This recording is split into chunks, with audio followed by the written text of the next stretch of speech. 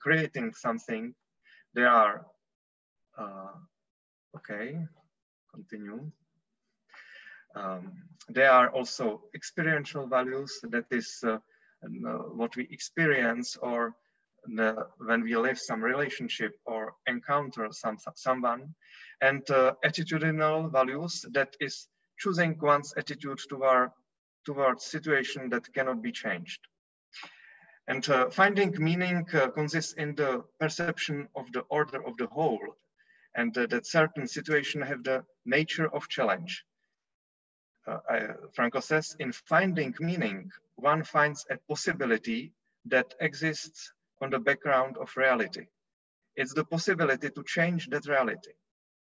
And he says that every situation hides a unique meaning that can be found. Meaning is something that is not given to us from outside, and it's not neither something that we are creating only by ourselves, but the meaning has to be found. It expresses this paradoxical character of meaning. It's there, but it's also to be discovered. It's not evident in every moment. And by the first two categories of values, the category of creative values or experiential values, we are changing the reality. We are changing something from the outside. It's also the question of heart consciousness, where this movement begins, but it touches also the external reality that is changed. In the third case of the attitudinal values, it's different because the external reality remains the same. We don't change the external reality. We change only something which is inside. I would say we change our heart. And the individual can freely choose the attitude towards the unchangeable situation. As mentioned before, we can choose if we will be courageous, if we will retain hope, or if we will fear, or we can choose to refuse or to the acceptation. So we are free to get some attitude, and this is the change that happened in the heart. And the world outside changes also, but in some other way, not directly as in the case when we are doing something or when we are living some relationship. When we change the attitude, it's not seen immediately, but it's something that happens in the heart, but it has to change the world also, the outer world. I will finish by the quotation of Frankl, the famous one, when he describes that when he speaks that the experience of Shoah or concentration camps showed us something very, very, very important about human heart. Life in a concentration camp caused a breakthrough into the deepest abysses of the human heart. There is again the human, a mix of good and evil in the abyss of the heart. Our generation is realistic, for we have come to know man as he really is.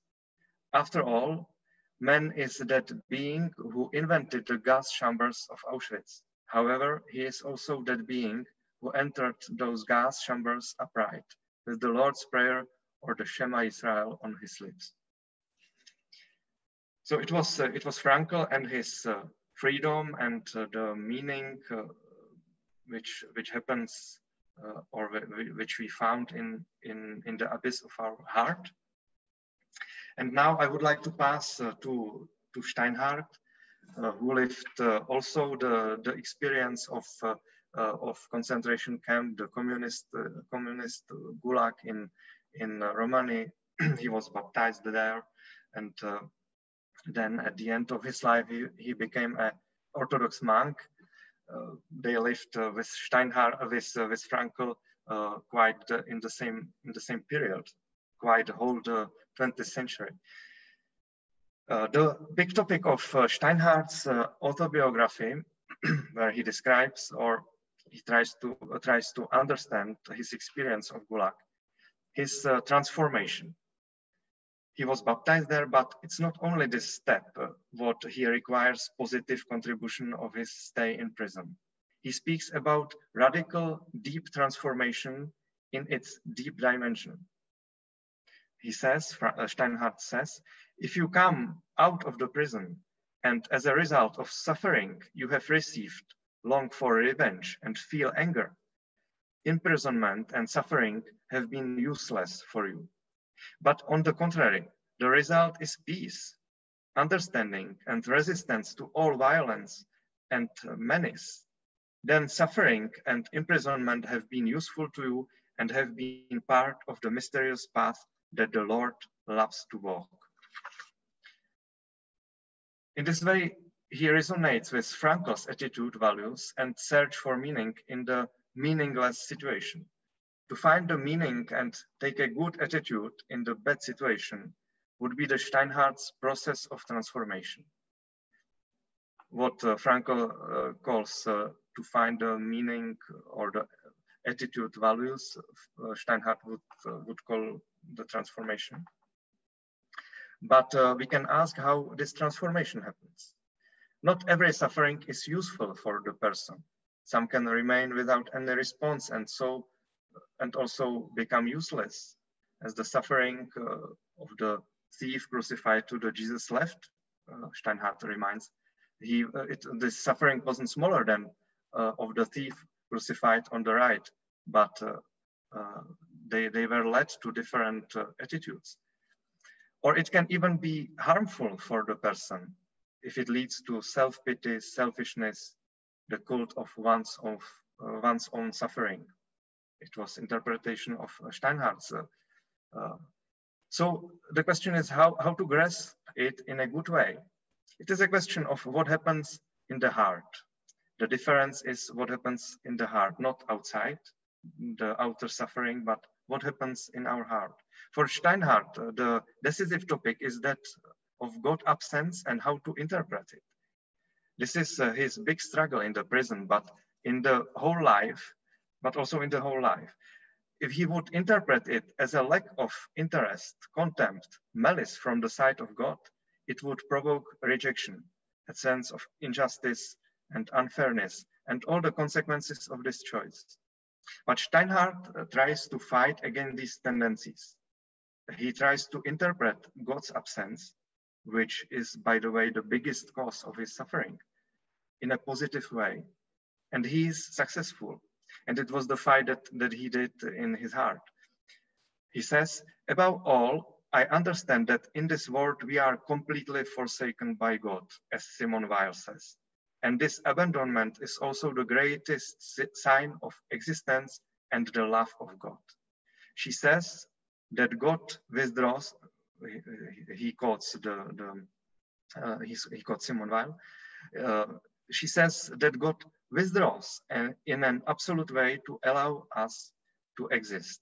His presence would otherwise mean our destruction, to give us absolute freedom and to secure the full merits, or rather the meaning, of our courageous act of faith. And at the end of this puzzle, Steinhardt continues, we find a hidden God, where in the least likely place thought the most obvious, where we would never have thought he was, inside our hearts. This presence is at the same time felt as an absence, otherwise it would destroy the human freedom.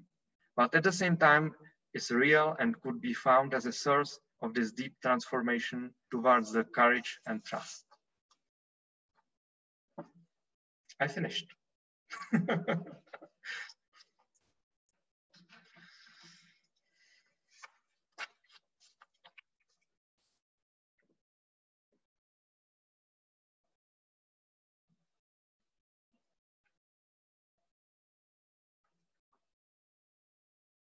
So if there are any questions, or I can give you questions. That would be better. Sorry, I just realized I was talking talking to myself as usual.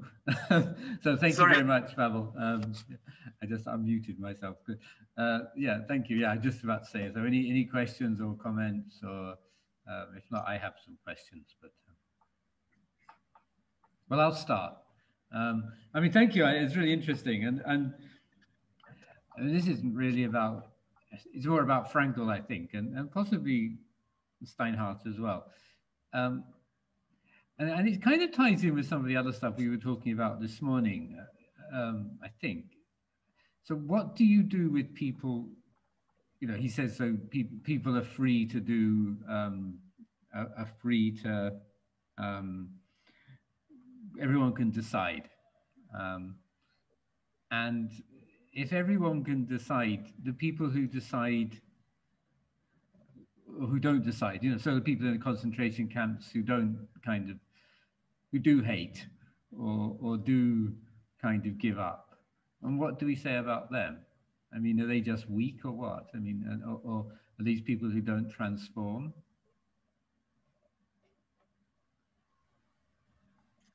Yeah, it was also my question when I read Frankl, and he gives it like something absolute. I would answer that that we don't see the real attitude, the deepest attitude of the person, and we cannot consider it from outside. Even someone who seems that he gave up, maybe he fight it on 100%, and so this would be my my answer. But of course, when I am experiencing it in myself, that I would like to be free to choose not to hate, and sometimes I do it. It's another question, but to judge the other's attitude, it's quite impossible, I think, or in the deep way. Thank you. Yeah, I mean, I think I'd agree with you, and so, yeah, thank you. Any other questions? Yes. After Pavol. Yeah, go ahead. You can go ahead, Felipe. I asked already a question you before, so you haven't asked a question yet. So I'll go after you. Okay, thank you. No, it's just a brief comment. When I was writing my paper, I was thinking about concentration camps, because that's exactly the kind of place in which God is not visible, apparently, no? In which God was suppressed. And you're talking about inner life in this situation, and it seems to me that there are cases in which the development of inner life compensates the impossibility of a fruitful external life. So there are the situations in which this internal life is, let's say, is a place of exile of the kingdom of God.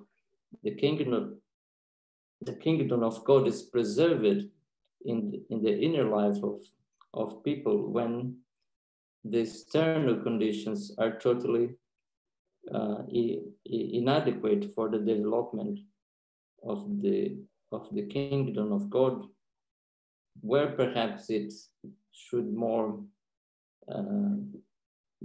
clearly be developed. And yeah, so but yeah, and also you talked about at the end someone interpreting this situation in the concentration field as a result of God's withdrawing. I think that's a bit of a dangerous interpretation to talk about God's withdrawing. I much prefer to think that God was actively suppressed in a way of being obscured in order to build exactly the opposite of God's kingdom on earth. So Yeah, I think. But anyway, I think it's very important this idea that inner life can be a refuge and can be the place in which God dwells when external conditions do not allow the concretization of his intentions. Thank you, Felipe, for a question or for questions. I would start with the last one. You spoke about withdrawal or active oppression of God. I think that it's both of them are metaphors or our human explications of some kind of experience, but the interpretation that God was actively oppressed, it would attack his power, his omnipower. So, but I agree with you that the withdrawal of God, it attacks his goodness or his activity. So yeah, but we cannot explain it, I think, in the absolute way, and it's some only trying to explain this experience and this situation. And what you said about the concentration camp, Steinhardt in his Diary of Happiness, he says that all the world is a kind of concentration camp, and that we can live this experience in every place. It doesn't mind where it is, what time or what place, and I think that it's not sort of fuga from the world to the heart, but it's to find some source of power or source of meaning, which can help to live in a good way this situation, and to grasp the occasion that it has. Thanks. I just lost Pavol. I think I wanted to ask a question. Is he coming back? Yeah, connecting. I think he just must just have lost his connection or something. Pavol, good. We lost you for a second. Yeah, sorry about that. I'm back, hopefully for good. Yeah, you're back. Did you have a reasonably quick question? Yeah, question for Pavol. Thank you very much, Pavol, for your fascinating presentation. Very much new to me in many respects. My question goes to the Olivier Clement concept of the deep heart. You mentioned that this concept, I mean, that it appears in human consciousness only in flashes, in certain moments of love, of death, and of beauty. And my question is if it's possible for a human being to train this deep heart, kind of like through certain practices, spiritual or ethical, aesthetic, if it's possible to train one's deep heart. Yeah, thank you for this questions, and for this question. It's yeah, exactly his topic. He continues in this way you mentioned how to go more in contact with the deep heart. It's a little bit similar like with the unconsciousness in the psychological, psychoanalytical term. We are not in touch usually, but also in the extreme situation. And we can I think we can try to train our consciousness, our attention to, and I would say it's in the meditation. For example, one of the way, but the other is the way of beauty, as he mentioned. Whenever we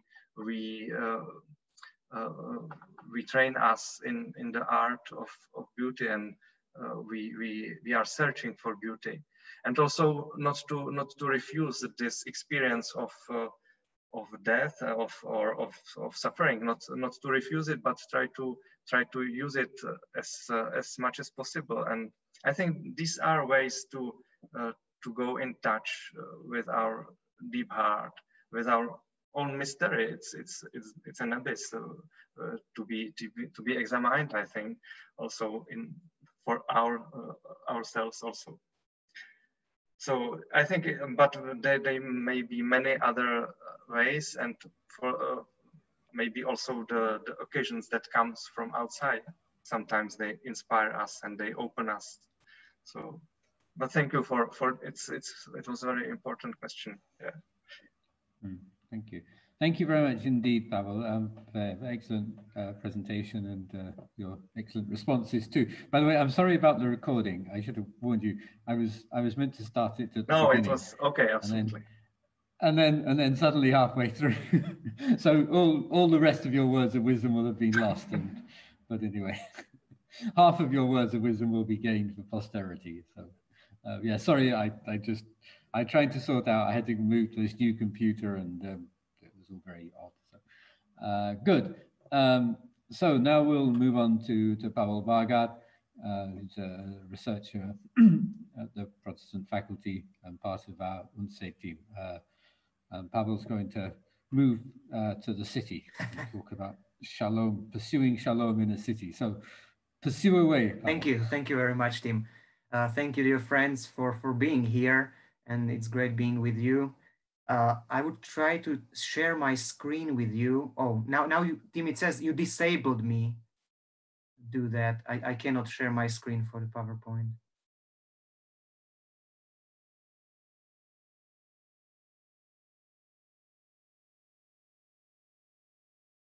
Okay, all right, good.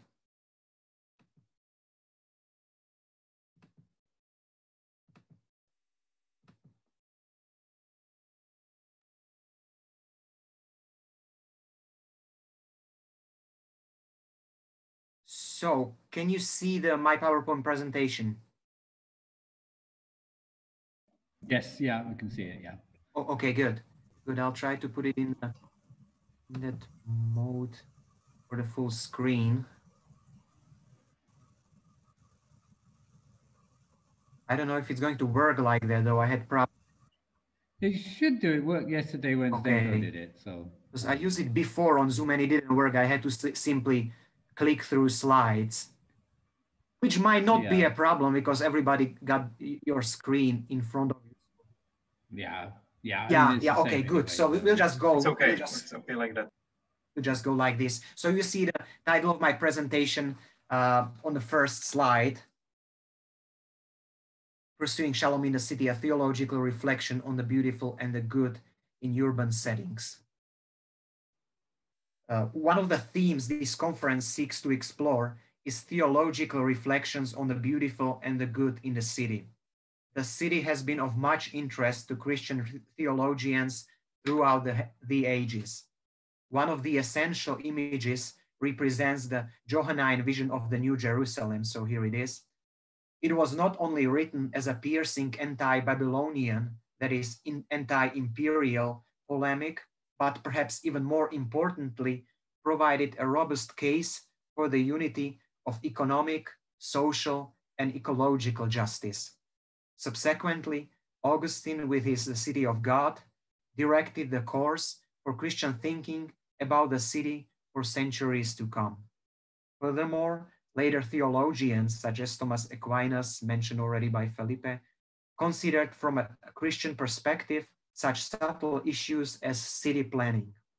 Nevertheless, a legitimate question comes to mind: why the city? Several reasons for Christian theological engagements with the urban reality can be given in response. There is a demographic factor, as more than half of the world's population currently live in cities. This is further amplified by the fact that religion plays a prominent role in the city today. By virtue of its tradition, the city has a measure of creative spirituality that other places do not have. In Scripture, this dynamic is underlined by the plot line reaching from the Garden of Eden toward desired picture of the New Jerusalem. Theologically, one can assert that the city is the model of human dwelling that will be redeemed.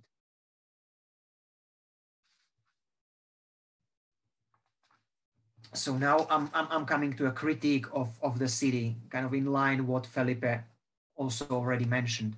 Having said this, one needs to add that there has been a considerable degree of reluctance toward or even fear of the city among theologians. One of the most vocal critics was Jacques Ellul, who perceived the city as a human hybristic pursuit to replace God in an attempt to construct an ideal place for human development.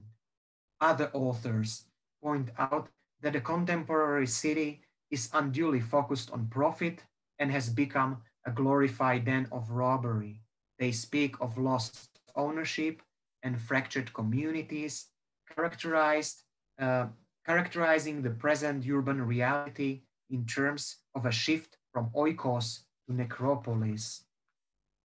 These observations point out to the fact that the deep tragedy of contemporary urban life.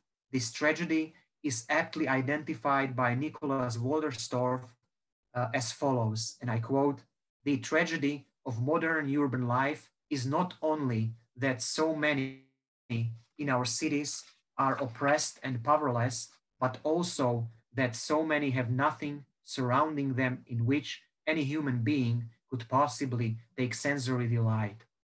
For this state of affairs, we, who are Christians, are as guilty as any. We have adopted a pietistic materialistic understanding of man, viewing human needs as the need for a saved soul, plus the need for food, clothes, and shelter. True Shalom is vastly richer than that," unquote. This paper will argue that a pietistic materialistic anthropology is inadequate to be employed for theological reflection on life in urban settings. The city as a place of human dwelling is to be understood as essential to being human, since the human, as an enfleshed and situated being, needs a place to pursue his or her existence. Although the city is not the only setting in which people live, it is, as we have seen, of much importance since Scripture introduced it as the model that will ultimately be redeemed. Cities are loci with certain stories, bodies, and webs of relationships. In this sense, there is a parallel between human beings and cities. Therefore, if humans are to pursue Shalom, which can be taken as a concept including goodness, beauty, and justice, in their lives as individuals and communities, they also need to commit themselves to this pursuit when planning and building their cities. Drawing from the biblical concept of Shalom and contemporary theological resources, this paper will introduce a fuller theological anthropology that is based on corporeality, relationality, and storiedness.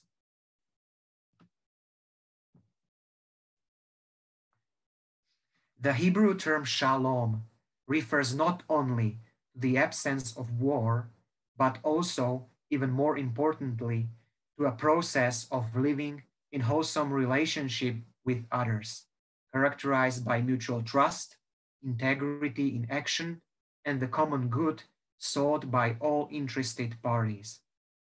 This semantically rich concept integrates peace and life to bring forward the biblical vision of wholeness. As such, Shalom can also be defined as the fullness of life. It is the result of God's rule as Lord and Redeemer. Shalom is effectively conveyed through the concept of human flourishing that can also be described in terms of happiness, self-actualization, empowerment, or perhaps more adequately, the term that also Pavel used before, transformation. Behind this process, there is the image of human beings blossoming to their full potential in harmony with God, one another, and the rest of creation. Therefore, it necessarily implies engaging in acts of compassion and justice that subvert the status quo. In practice, then, pursuing Shalom means standing with the poor and victims and empowering them to claim their dignity as human beings. Perhaps one of the most appealing biblical elucidations of Shalom can be found in the book of Micah, chapter 6, verse 8.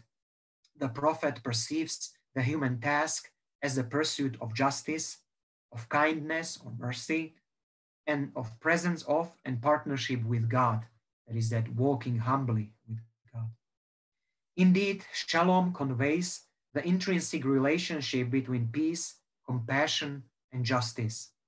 In biblical understanding, justice has several dimensions, including right relationship, the awareness of responsibility, mutuality, and duties, perhaps rather than rights, the struggle against forms of domination and oppression that violate mutuality, and the process of correction of injustice through liberation from oppression. The aspect of liberation is crucial here. Exodus is perceived as foundational in this regard, since it posits God's liberation of Israel as establishing a claim on human commitment to justice, mutuality, and relationship. In other words, those who have been liberated are called to act to win justice and thus Shalom for others. Scripture understands justice as a concern for the weak against power and privilege.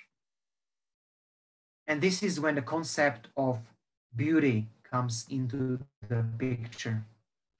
The weak and the poor are able to retain their humanity and thus beauty by resisting the injustice done to them by their oppressors.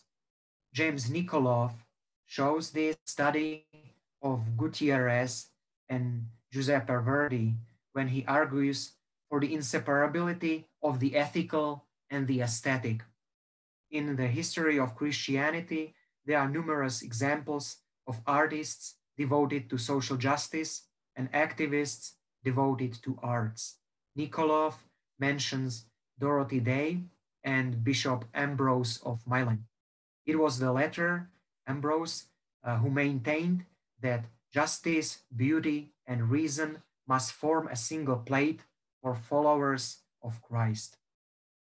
Drawing from these reflections, I would suggest that human life, seen from the perspective of Shalom, becomes a pursuit aimed not only at fulfilling basic needs, but also searching for a plus to life in beauty and art. Shalom implies beauty. The previous lines have shown the link between liberation, justice, and beauty. From the biblical perspective, something is regarded as beautiful because it has power to liberate. In her Princeton lectures on youth, church, and culture, Cecilia Gonzalez Andreu critiques aestheticism as the view that instrumentalizes beauty, making it just another commodity for sale and separating it from everyday life. As a Christian response, Gonzalez Andreu calls on the church to, I quote, take back with all the force of our ancient wisdom and practices the realm of the aesthetic and to reorient it, unquote.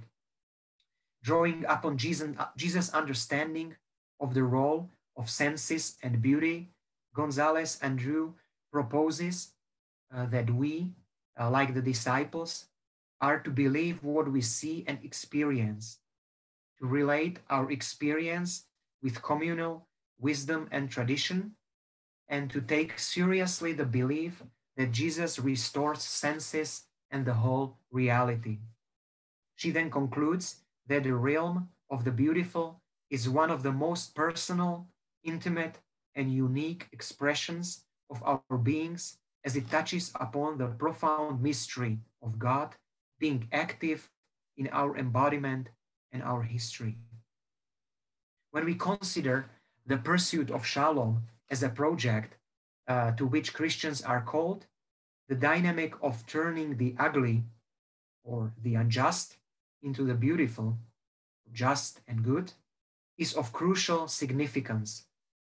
Speaking about evil spawning in urban settings due to systemic injustice, James Perkinson finds a primary skill for survival in developing, I quote, a blues sensibility with the capacity to go down into the ugly, to push its agony to the very edge where it reverses into delirious beauty, unquote. Forming a partnership, Christian theology and art must thus embrace the ugly before trying to exorcise it. This is also what Rosemary Redford Ruther argued in her letter exchange with Thomas Merton when she wrote that principalities and powers must be struggled against in the steaming ghetto of my big city, and not through escapism of going off to the hills. This brings us to weaving threads of what has been said on justice, aesthetics, and the city in pursuit of Shalom. According to Christian faith, people respond to God doing with the humankind and the world everything God can to keep humans human and creation flourishing. These processes take place in the soot and dirt of the here and now, pointing out the theologically relevant fact that createdness and physicality is of essential importance. Karl Barth maintained that people are besouled bodies and bodily souls. By implication, places of human dwelling are also of prime relevance in this process, just like the human body. Therefore, urban theory, that is the way we think of and construct our cities, need to be in harmony with our experience. Theologically speaking, construction enterprises should involve human agency on the one hand and God's grace and the work of the Spirit on the other. Grace thus becomes a political principle, as the city is, like the rest of the reality, under Christ's rule, obliging Christians to work alongside others in construction of the city. It is the thesis of this paper that to pursue such cooperation, which also means, from a Christian perspective, to pursue Shalom, is to develop a holistic theological anthropology. A sketch of such an anthropology is now going to be briefly introduced. My proposal consists of three essential concepts that this anthropology should be rooted in, namely corporeality, relationality, and storiedness. The doctrine of incarnation represents the fundamental departure point for Christian thinking about the body. Humans not only have bodies, they are bodies. In incarnation, physicality has ultimately been acknowledged and honored by God. Further, in Apostle Paul's anthropology, it is the redemption of the body rather than the salvation of the soul that is ascribed the major importance, for example, in Romans. The redemption of the body is inherently connected with the restoration of the purpose God has with the creation, of which justice and beauty are necessary components. Since bodies need home, as we have pointed out, this process of redemption and restoration involves a quest for a vital place, since everyone wants to flourish. This brings us to my second point, relationality. Flourishing, a result of Shalom, presupposes relationality as it perceives all dimensions of life as always interwoven and present at every moment. Flourishing is rooted in bodily life and concerns urban ecologies. Rather than on utopia, it is focused on, as Mary Gray puts it, on modest, humble ecotopias in the here and now. Creating such ecotopias requires a more relational imagination of space. What emerges is, as Andrew Davies says, I quote, a new ethical understanding of both place and individual identity in relational space, unquote. Another theological way to understand this dynamic is to speak together with Tim Gorringe of Ecclesia, written in a way that you see it on a slide, as a community of those who recognize the giftedness of all life and promote God's reign, not as an otherworldly entity, but to the contrary, as the world being called home from the alienation of sin. This understanding, finally, leads us to appreciate the concept of storiedness that is being rooted in a story.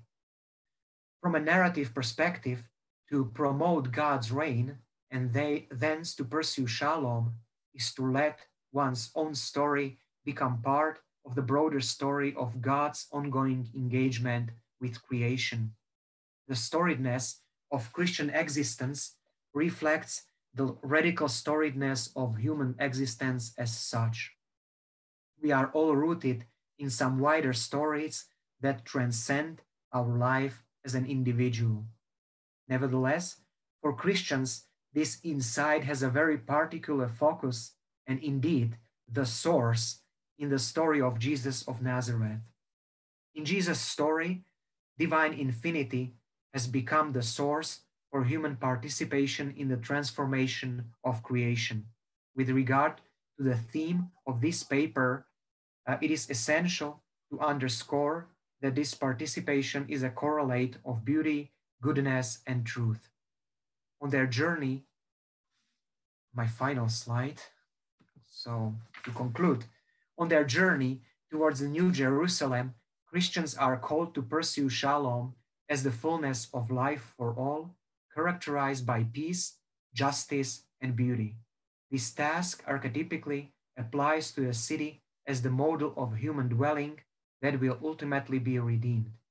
To pursue this task faithfully and creatively, Christians need to go beyond the impasse of pietistic, materialistic anthropology to take seriously the fact that human existence is bodily and besouled, that people are necessarily relational beings, and that they are part of God's story of transformation of the whole creation so that Shalom can reign. Thank you very much for your attention. Thank you very much indeed, Pavel. Excellent. And thank you very much. Thank you. Any questions or comments? I mean, I have some questions, of course, but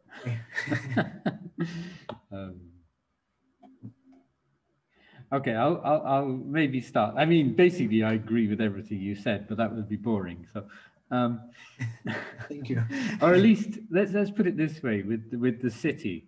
I mean, the city in the Bible, the New Jerusalem, the city is not the megalopolis of today, is it? Right. And in a way, it's. I mean, I love cities. I'm a city person. You know, you put me with lots of trees, I start getting worried. If I put with lots of buildings, I'm happy. So, you know, but nevertheless, to kind of claim the biblical image of being about the city is a little bit false, or could be, because the large city is not a place of shalom. And right. So I don't know. Yeah, if you have any comments on that. Yeah, that's right. I mean, in city planning today, I don't think that you can turn directly to the Bible to do city planning. And indeed, as you said, I mean, and I mentioned that I agree with this also with in a critique of the city, that there is so much poverty, crime, injustice as well going on, all concentrated basically on very small space. What I think that could be perhaps leading or kind of important for us with the image of the New Jerusalem. I kind of mentioned it in passing at the beginning of my paper, that it is a model that brings together this social, economic, and ecological aspect, that this should be all combined. I mean, when you read Revelation of John, the last chapters, that there are also, it says in the pictures, in the metaphors, very different images, a lot of it, beautiful stones and jewels and this kind of things. But there is also this ecological aspect with the rivers flowing and the trees, etc. So I think that's something to keep in mind as well, that for our city planning, and if we as Christians should have any say in it as members of a civil society, that's something that we should really point out to, that constructing cities, and not only cities, but basically any model of human dwelling, that social justice, economic justice, ecological justice, that's all kind of concentrated in this concept of shalom, that should be kept in mind. So that's what I would respond to. Thank you very much. Pavel, just before I'll come to you in a second. Because Veronica, Daniela, Lida, and Martin, who are all lurking around somewhere, have not asked any questions directly. So just if you want to give you a chance. If you don't want to, you don't have to. But if you would like to, if you want to, Lida, you'll have to put your microphone on. Unmute yourself. You don't? Okay. Well, hello anyway. Veronica, do you want to? Nothing. Daniela? No. Okay. Martin? Yep. Okay. Good to see you anyway. Okay. So Pavel, ask away. Hey, thank you, Pavol, for very nice speech. And how did you present us the Shalom and also the city? I would add one comment to what Tim already said, and also Felipe, about the city, the New Jerusalem, which is described in Apocalypse. There is written that it's not created by the human hands. So it's some detailed point that may be also decisive. And I don't think that it's the question only of the size of the city, but maybe it's this point that it's not the Babel that is made by the human selfishness or something. But I wanted, Pavol, I liked very much the connection with the Shalom and beauty. And I would like to ask you, you said that the beauty is born in the process of resisting injustice. Yeah. It's not evident that from injustice born the beauty, or from the how this resisting injustice could generate the beauty. Yeah. Thank you very much, Pavel. So there are 2 points. I completely agree with you that building New Jerusalem should not be human efforts only. That's something we need to keep in mind in general as Christians. It applies to the whole coming God's kingdom or God's reign. That's something that we kind of participate in and hopefully can contribute towards by being led by God's Spirit, but it's certainly not human effort. So yes, I agree there. With the relation, the beauty and resistance to injustice, that's insight coming a lot from liberation theology, and in my kind of understanding of this is that those people who are oppressed, poor, weak, marginalized, etc., that they simply do not want to be they do not want to give up, that they do not want to say, okay, now I totally give up. I renounce my existence. It's not worthy anymore. But they keep on fighting, and that's beautiful. So it's not perhaps beautiful in the sense kind of that when we sometimes think of beauty, it's something idyllic and something, you know, that almost kind of on a verge of kitsch. That's the, even if not necessarily so, but this kind of beauty being born from struggle, from everyday struggle of human existence, that you do not give up on your task being human or being called to bear God's image. Yeah, it's interesting because I think it would actually tie in with some of what you were saying from Steinhardt and Frankl in slightly different ways. But that precisely what Pavel's saying now, yeah, that you know, that's about the way in which we can be free. We can be free. The beautiful is what sets us free, and you know, even in a concentration camp, you can decide to look at the ground or look at the sky or whatever. I mean, you know, I mean, these kind of, and there may be some, I mean, there might be an interesting kind of conversation there, I think. And just finally, maybe, because it's almost time to finish, but maybe Felipe, did you have any comments on Pavel's paper? Or yes, I wanted to say that I'm impressed with how much we share in terms of concerns, and I think that Pavel wrote the paper I would like to have written. He developed things I was thinking in a more preliminary way. He developed it in a more comprehensive way. And I think one very important point is that you mentioned it, is the critique of aestheticism, no? Of the instrumentalization of beauty. Yeah. And I think that's very important, because if we want to include beauty among the as a concept within Christianity, it can't be isolated from justice, as you said, from liberation. It cannot be beauty alone.